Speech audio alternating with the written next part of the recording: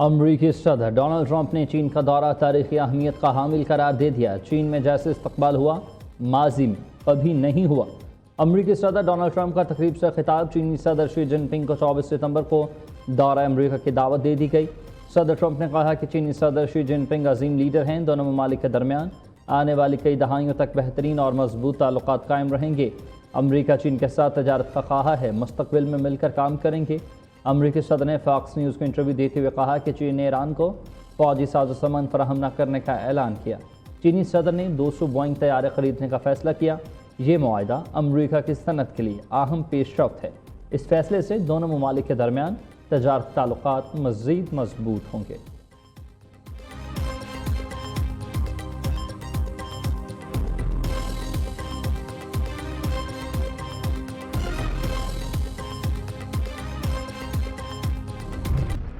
مادر وطن کا دفاع مزید مضبوط، پاکستان کا فتح 4 گراؤنڈ لانچز کروز میزائل کا کامیاب تربیتی تجربہ۔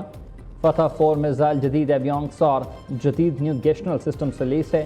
میزائل طویل فاصلے تک اہداف کو انتہائی درستگی سے نشانہ بنانے کی صلاحیت موجود رکھتا ہے۔ ISPR کے مطابق فتح 4 میزائل کے تجربے کا مشاہدہ سینئر فوجی افسران، سائنسدانوں اور انجینئرز نے کیا۔ صدر، وزیر اعظم، وزیر داخلہ اور مسلح افواج کے سربراہان نے مبارکباد پیش کی۔ ایٹمی طاقت کے بعد اب ہمیں پاکستان کو معاشی طاقت بنانا ہے، وزیر اعظم پرعزم ہیں۔ ایران امریکہ جنگ سے صرف ہماری نہیں پوری دنیا کی معیشت متاثر ہوئی۔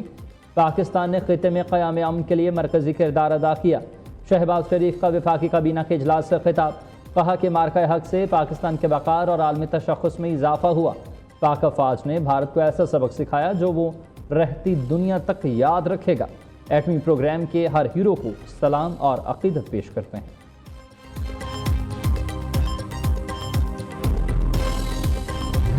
وزیر اعظم صاحب سے میرا ملاقات ہوتا ہے، صدر پاکستان کا ملاقات ہوتا ہے، تو جہاں تک کوئی نیا آئینی ترمیم لے کر آنے کی بات ہے، اس میں نہ انفارملی نہ فارملی پاکستان پیپلز پارٹی سے کوئی بات نہیں ہے۔ 27th امendment کو آپ کو یاد ہوگا، اس کانٹیکس میں جو باتیں ہوئی، میں نے ہی آپ سب کے سامنے کہ ہمارا تاریخی طور پہ یہ موقف رہا ہے کہ نیب کو بند کرنا چاہیے۔ حکومت پیپلز پارٹی کے بغیر بجٹ پاس کرا سکتی ہے، نہ آئینی ترمیم بل۔ بلاول بھٹو زرداری کا یہ واضح پیغام، 28ویں ترمیم سے متعلق کوئی بات نہیں ہوئی ہے، کل کا علم نہیں، نئی ترمیم پر رد عمل تب دوں گا جب کوئی بات سامنے آئے گی۔ چیئرمین پیپلز پارٹی کا حکومت سے ملکی حالات کو مد نظر رکھ کر بجٹ بنانے کا مطالبہ، حکومت سے بجٹ مذاکرات کے لیے پیپلز پارٹی کی 4 رکنی کمیٹی تشکیل دے دی۔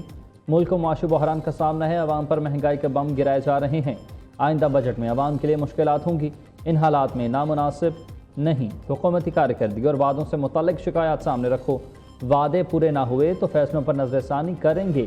بلاول بھٹو کی اسلام آباد میں صحافیوں سے گفتگو ہوئی، کہا کہ مشرق وسطی میں امن کے لیے وزیر اعظم فیلڈ مارشل کی کوششیں قابل ستائش ہیں، وہ وقت دور نہیں جب مذاکرات کامیاب ہوں گے، خطے میں امن سے ہی پاکستان کے معاشی حالات بہتر ہوں گے۔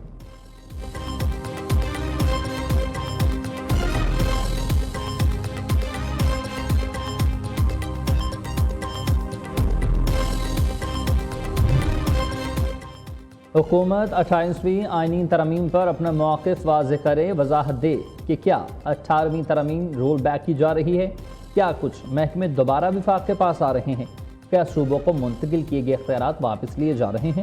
Chairman P T I barrister Gohar کی میڈیا سے گفتگو، کہا یہ انتہائی اہم اور حساس معاملات ہیں، ملک 26ویں اور 27ویں ترمیم کے بعد 28ویں ترمیم کا متحمل نہیں ہو سکتا۔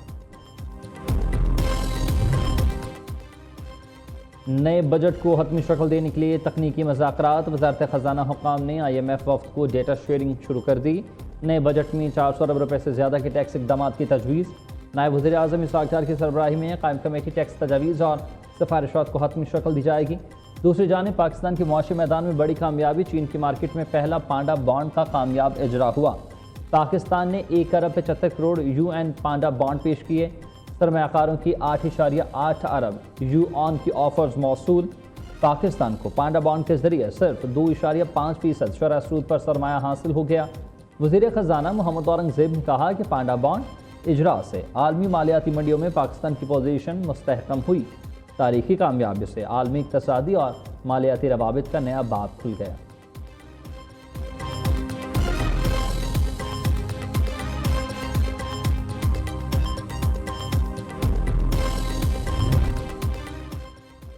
انمول عرف پنکی کی لاہور سے گرفتاری۔ وزیر اعلیٰ پنجاب نے خفیہ ادارے سے رپورٹ طلب کر لی۔ CCD نے بھی باقاعدہ طور پر تفتیش شروع کر دی۔ پولیس کے مطابق لاہور میں نارکو ٹیکس انویسٹیگیشن یونٹ نے ملزمہ کو گرفتار کر کے مبینہ طور پر بھاری رقم وصول کی۔ پنکی کی تفتیش کے دوران UNU کے انسپیکٹر رانا اکرم سے دوستی ہوئی۔ دونوں کی دوستی جلد ہی شادی میں بدل گئی۔ پنکی کو کوکین بنانے کا جدید طریقہ بھی ادارے کے اہلکاروں نے ہی سکھایا۔ دوسری جانب ذرائع کے مطابق مئی 2024 میں پولیس نے منشیات فروش جارڈن گینگ کو پکڑا۔ گرفتار خارندوں کی نشاندہی پر پنکی کو بھی حراست میں لیا گیا۔ پنکی نے سابق پولیس انسپیکٹر سے تعلقات بنائے اور رشوت دینے پر اسے چھوڑ دیا گیا۔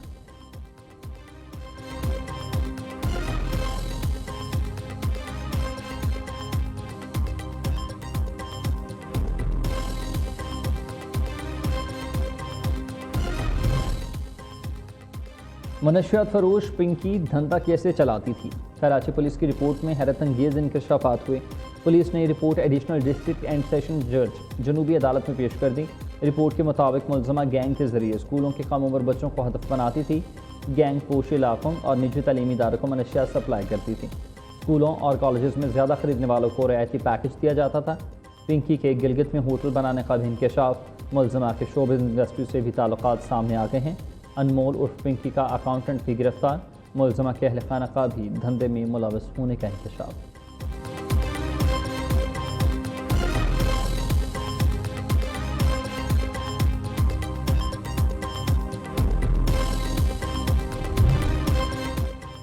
انمول عرف پنکی کی عدالت میں پیشی۔ SOPs پر عمل درآمد نہ ہونے کی انکوائری مکمل۔ DIG ویسٹ آفس میں 9 گھنٹے تک تحقیقات کی گئیں۔ SSP سٹی علی حسن، SHO گارڈن سمیت 10 افراد اور اہلکاروں کا بیانات قلم بند۔ پولیس حکام کے مطابق تمام بیانات کا جائزہ آج لیا جائے گا۔ ایڈیشنل IG کراچی کو 16 مئی کو مفصل رپورٹ پیش کی جائے گی۔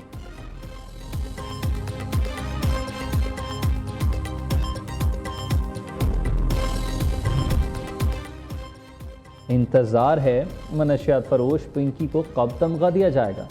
اب تو وہ بھی تمغے کی حقدار ہو گئی ہے۔ سینیٹر فیصل واوڈا کا طنز۔ ایکس پر پیغام میں کہا ہے کہ جب تک پنکی حکمرانوں کا احتساب نہیں ہوگا یہ پنکی جمہوری ڈرامہ چلتا رہے گا۔ پاکستان کے بچوں اور آنے والی نسلوں کا بیڑا غرق کر دیا۔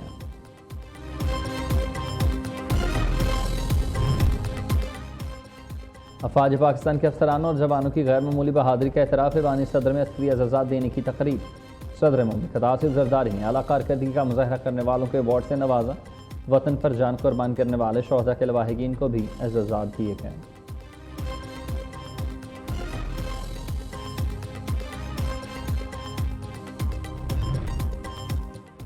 ایران جنگ پر صدر ڈونلڈ ٹرمپ کے اختیارات محدود کرنے کی قرارداد ایک ووٹ سے ناکام۔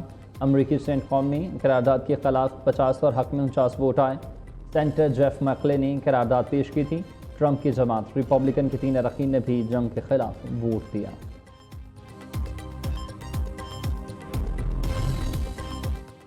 امریکہ چین متفق ہے، ہم اس پر کوئی ٹیکس نہیں لگا سکتا، چاہتے ہیں چین ایران کو خلیج میں اقدامات روکنے پر آمادہ کرے۔ امریکی وزیر خارجہ مارکو روبیو کا بیان۔ ایرانی وزیر خارجہ عباس اراغچی نے رد عمل دیا کہ 1 سال میں 2 بار امریکی اسرائیلی جارحیت کا سامنا کیا۔ ایران سفارتکاری پر یقین رکھتا ہے، مسئلے کا فوجی حل نہیں، کسی دباؤ یا دھمکی کے آگے نہیں جھکیں گے، آزادی کے لیے پوری طاقت سے لڑنے کے لیے ہم تیار ہیں۔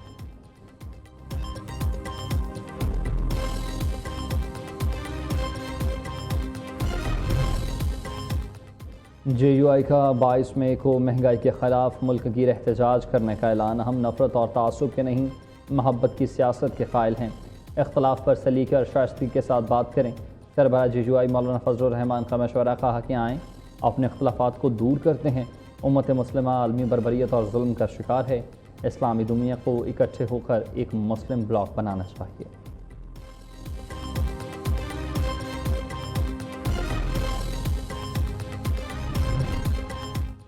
پیٹرولیم قیمتوں میں اضافہ اور مہنگائی کے خلاف آج اسلام آباد میں احتجاج ہوگا۔ امیر جماعت اسلامی حافظ معمر رحمان کہتے ہیں، حکومت ناکام معاشی پالیسیوں اور نااہلی کا انتقام عوام سے لے رہی ہے۔